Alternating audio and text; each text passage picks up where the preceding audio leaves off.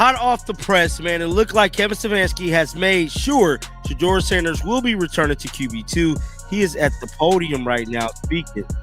And let's get it pulled up right now. Out of him that he'd be able to play on Sunday. Yeah, I think, take these things by the hour, if you will, but he's working very hard. Do you still expect him to be ready to go? I do. It looks like Shedeur came through your last couple of practices. Okay, will he be your number 2? He will be the number 2, yes. Wait a second, did that really just happen? Because whatever's about to go down this weekend is about to flip the entire sports world on its head. The tension's building, the rumors are flying, and one comeback might change everything.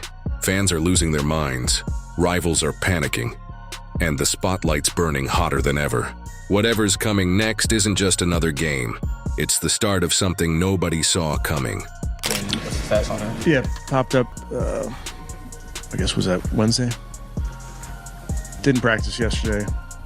Limited today. Talking about Hurl fan in June. Very similar, see how it does over the next 48.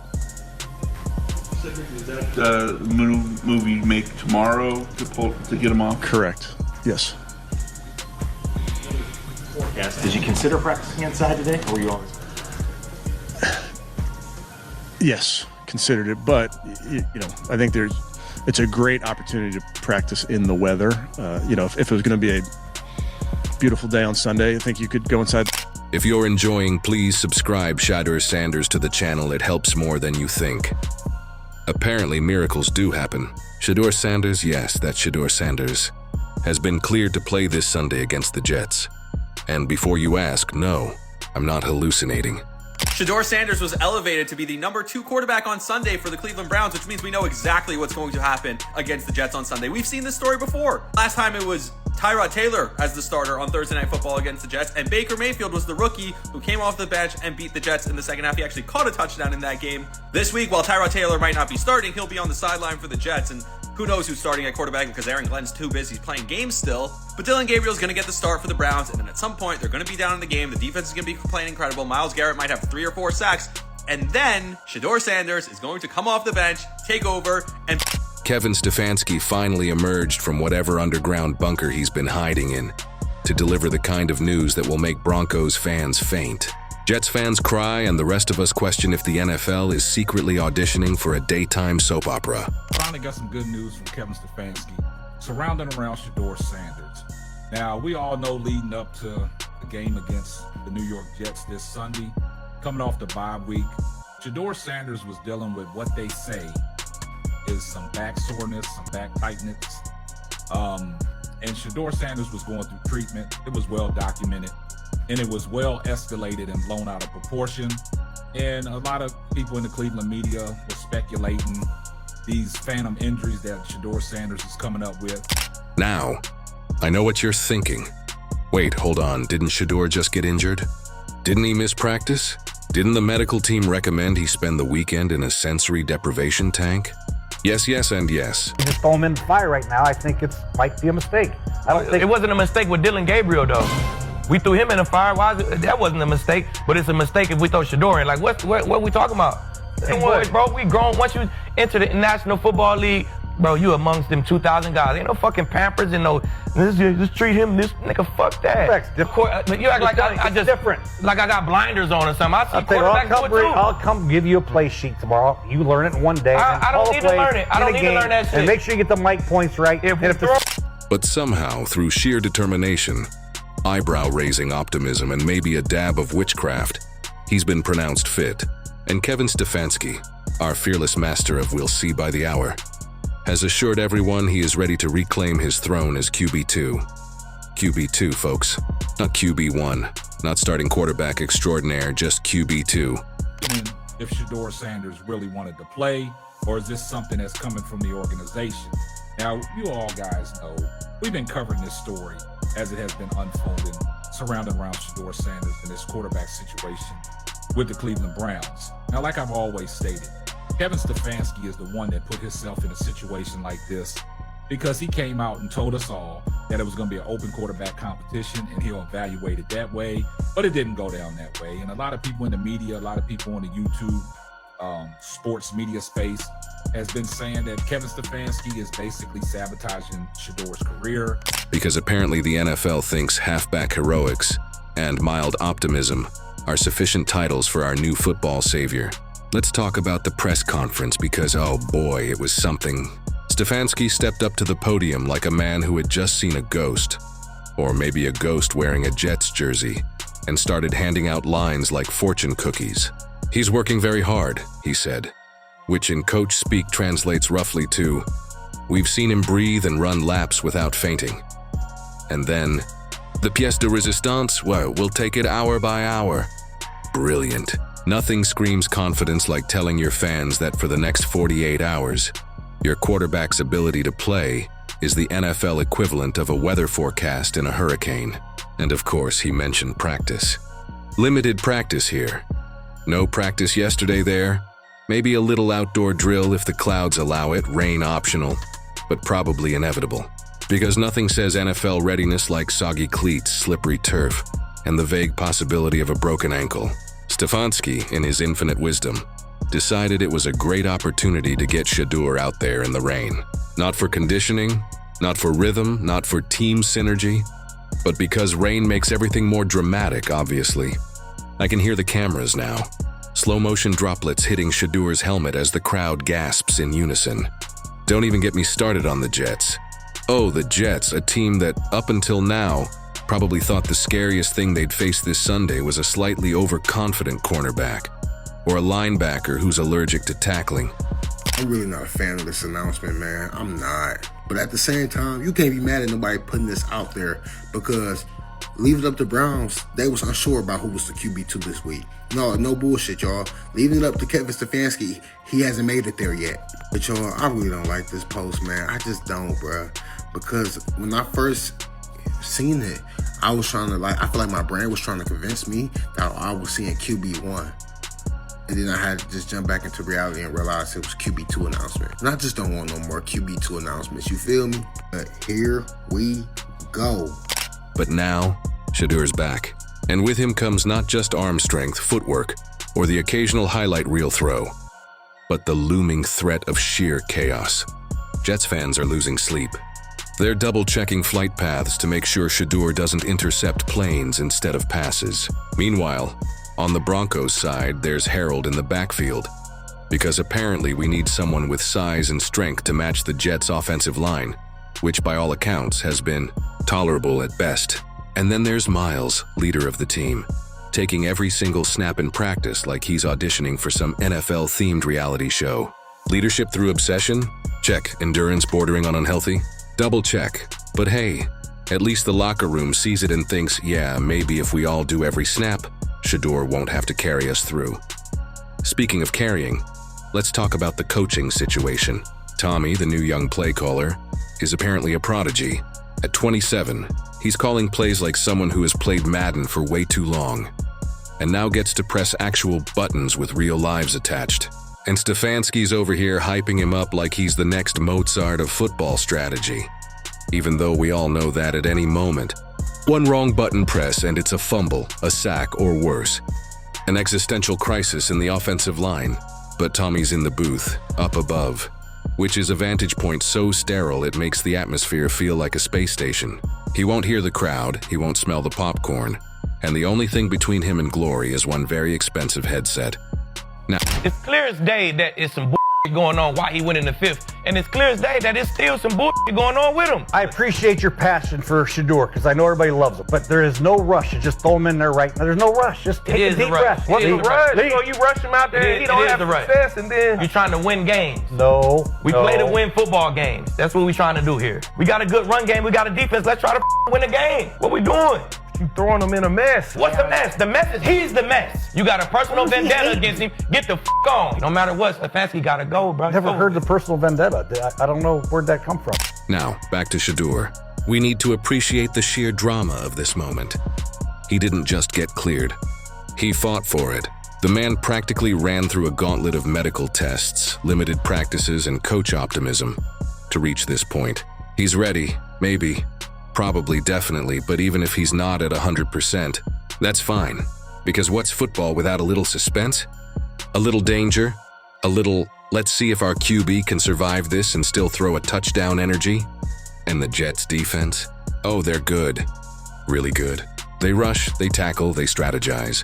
And they probably have a guy named something like Blitz McSpeedy, who can chase Shedeur across 3 states in one play. But here's the kicker. The Broncos have been preparing for this. Stefanski, in his infinite cryptic wisdom, is setting the stage for the kind of Sunday that will be remembered for years. Rain, chaos, unexpected plays, young quarterbacks, veteran leadership, and one Shedeur Sanders ready to either triumph or, at the very least, provide memes for the next decade. Let's not forget the human element, the locker room energy, the leadership by example, the tiny rituals that nobody notices but apparently make a difference. Miles taking every snap in practice isn't just fitness, it's a message. I will endure anything, so you better show up, Shedeur. And Shedeur's response? Hopefully a touchdown. Hopefully.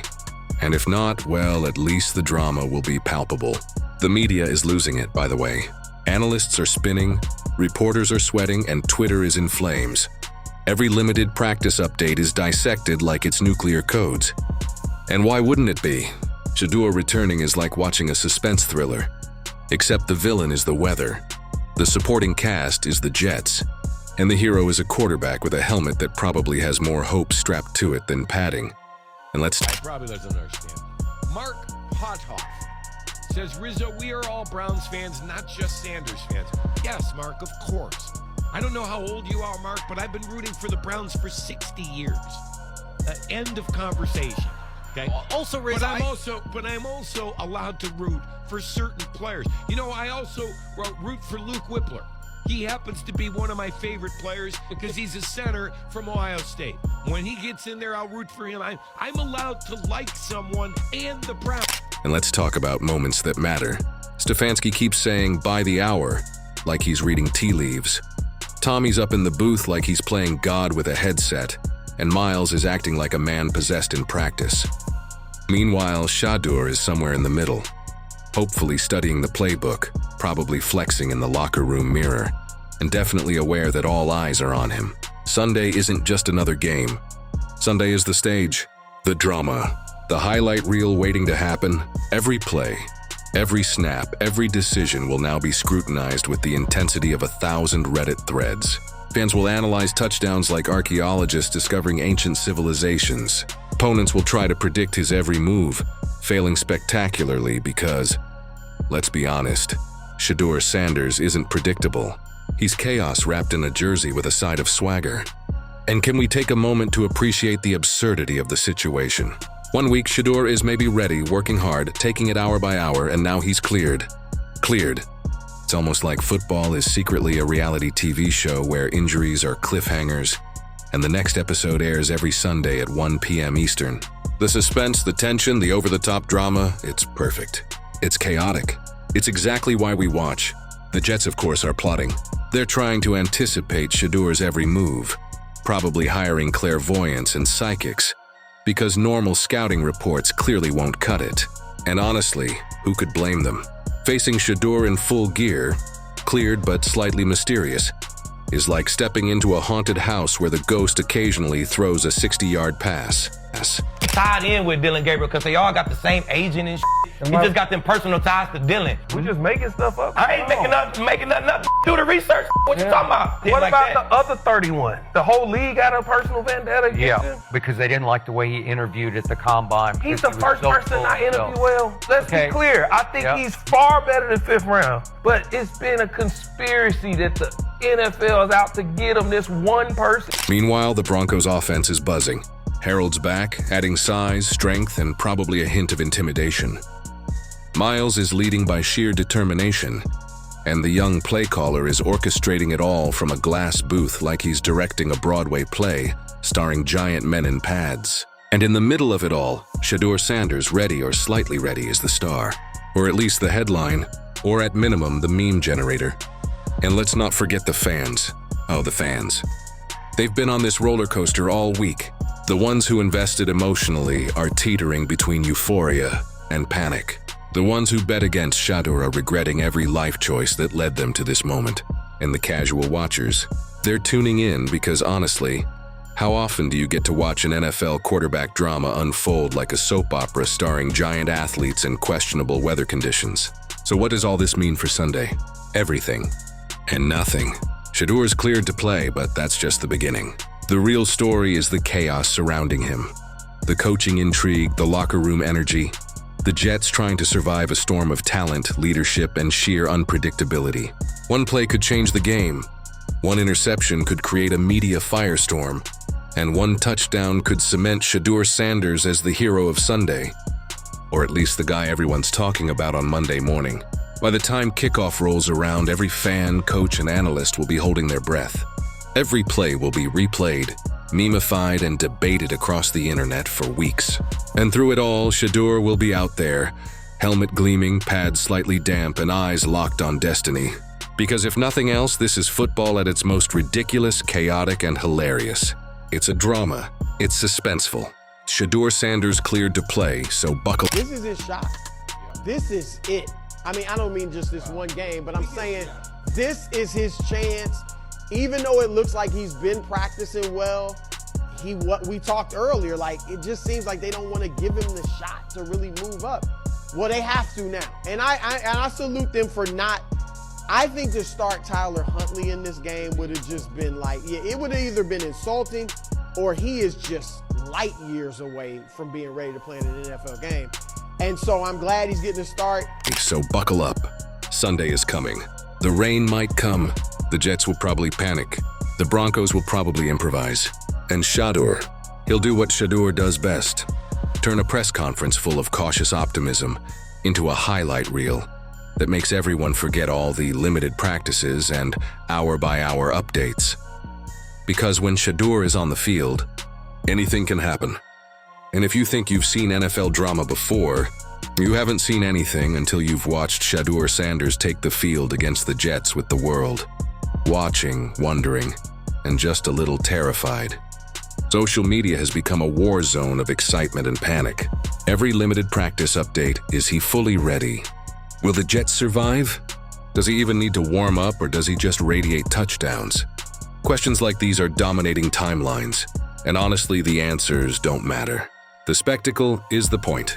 Shedeur being cleared is less about the game, and more about reminding us all why football is basically the most expensive, most dangerous, most dramatic reality show ever conceived. Meanwhile, Jets fans are having nightmares about blitzes, deep throws, and that moment when Shedeur decides to pull off a move that no defensive coordinator could ever anticipate. And let's be real, their panic is justified. This isn't just a quarterback returning from injury. This is a man who embodies chaos wrapped in a uniform, ready to punish anyone who underestimates him. It's like watching a hurricane land in your backyard and somehow deciding to politely ask if it can destroy the shed first. And is going to be bigger than Tim Tebow in terms of how people perceive his star. He will out Tebow because whatever his deficiencies are as a talent, there is no denying he's a star. He will be the greatest NFL draft story ever told. His entire story, from Jackson State to Colorado to slipping, whatever you want to call it, falling, slipping, getting pushed, blackballed, sent a message to the 5th round. He had the highest rated preseason game. He had 20. And speaking of destruction, the Broncos' offensive line has a chance to show off. Harold, back in the lineup, is going to be the human shield, the literal boulder that Shedeur can hide behind as he weaves his magic. And the Jets, bless them, are going to realize that running at Harold is like trying to knock over a brick wall with a toothpick. Meanwhile, Miles is doing his heroic all snaps in practice thing, silently screaming to the world, "We've got this." Probably. And Tommy, the young mastermind in the booth, is orchestrating it all, calling plays like a video game prodigy, with the confidence of someone who just realized that every mistake is a potential highlight clip. Now let's talk strategy, or at least what passes for strategy when Shedeur's involved. The Jets have a defense that's competent. They've got linebackers, defensive backs, and probably some guy named something that sounds like a Marvel villain. But can they stop Shedeur? Can they anticipate that perfect combination of arm, feet, and sheer unpredictability? Highly unlikely. And that's why this Sunday isn't just another game. It's a masterclass in chaos theory, football edition. Every snap could be a touchdown, a fumble, or something so bizarre that ESPN has to make a separate segment just to explain it. And then there's the rain. Let's not forget the weather. Because what's a perfect storm without actual storms? Stefanski insisted on outdoor practice, preparing for rain like a man who understands drama. And soggy uniforms are the backbone of NFL suspense. The Jets won't like it. Broncos fans will love it, and Shedeur... Congratulations, Sanders. Oh my God. Finally, the whole world can have a hot cup of shut the fuck up with all your conspiracies. He's in there now. Everybody should just turn off the draft because the whole world had a hard on until this motherfucker got drafted. He's in there. He could rock the rollie. He could rock the chain. It's going to take him 2 years to be Cleveland's starter, but at least he's in. That's what the world wanted, right? Man, please shut the fuck up. I can't believe everybody just was in their feelings so damn deep just because he didn't go first round. And Shedeur, he'll probably throw a 50-yard pass while sliding in the mud, just to remind everyone that skill is optional. Chaos is mandatory. By the time the game kicks off, we'll be in full meltdown mode. Commentators will be screaming, fans will be losing their minds, and Twitter will be burning with takes that range from prophetic to absolutely insane. Every incomplete pass, every miraculous scramble, every random quarterback sneak will be dissected with the precision of a neurosurgeon, and Shedeur center stage will be the reason it all matters. He's cleared, he's ready, and he's about to remind everyone that the NFL isn't just about stats. It's about drama, flair, and occasionally, sheer lunacy. So buckle up. Sunday is going to be wild. The Jets think they're ready. The Broncos are hopeful. And Shedeur Sanders? He's cleared, he's confident, and he's about to make everyone question why they ever doubted him. One thing is certain. This isn't just football. This is a chaotic, hilarious, adrenaline-fueled spectacle where anything can happen. Everything will be exaggerated, and we'll all be glued to our screens, popcorn in hand, wondering what on earth we just witnessed. Because in the NFL, there are games, and then there are Shedeur Sanders games. Unpredictable, over-the-top, meme-worthy, and guaranteed to leave everyone talking long after the final whistle blows.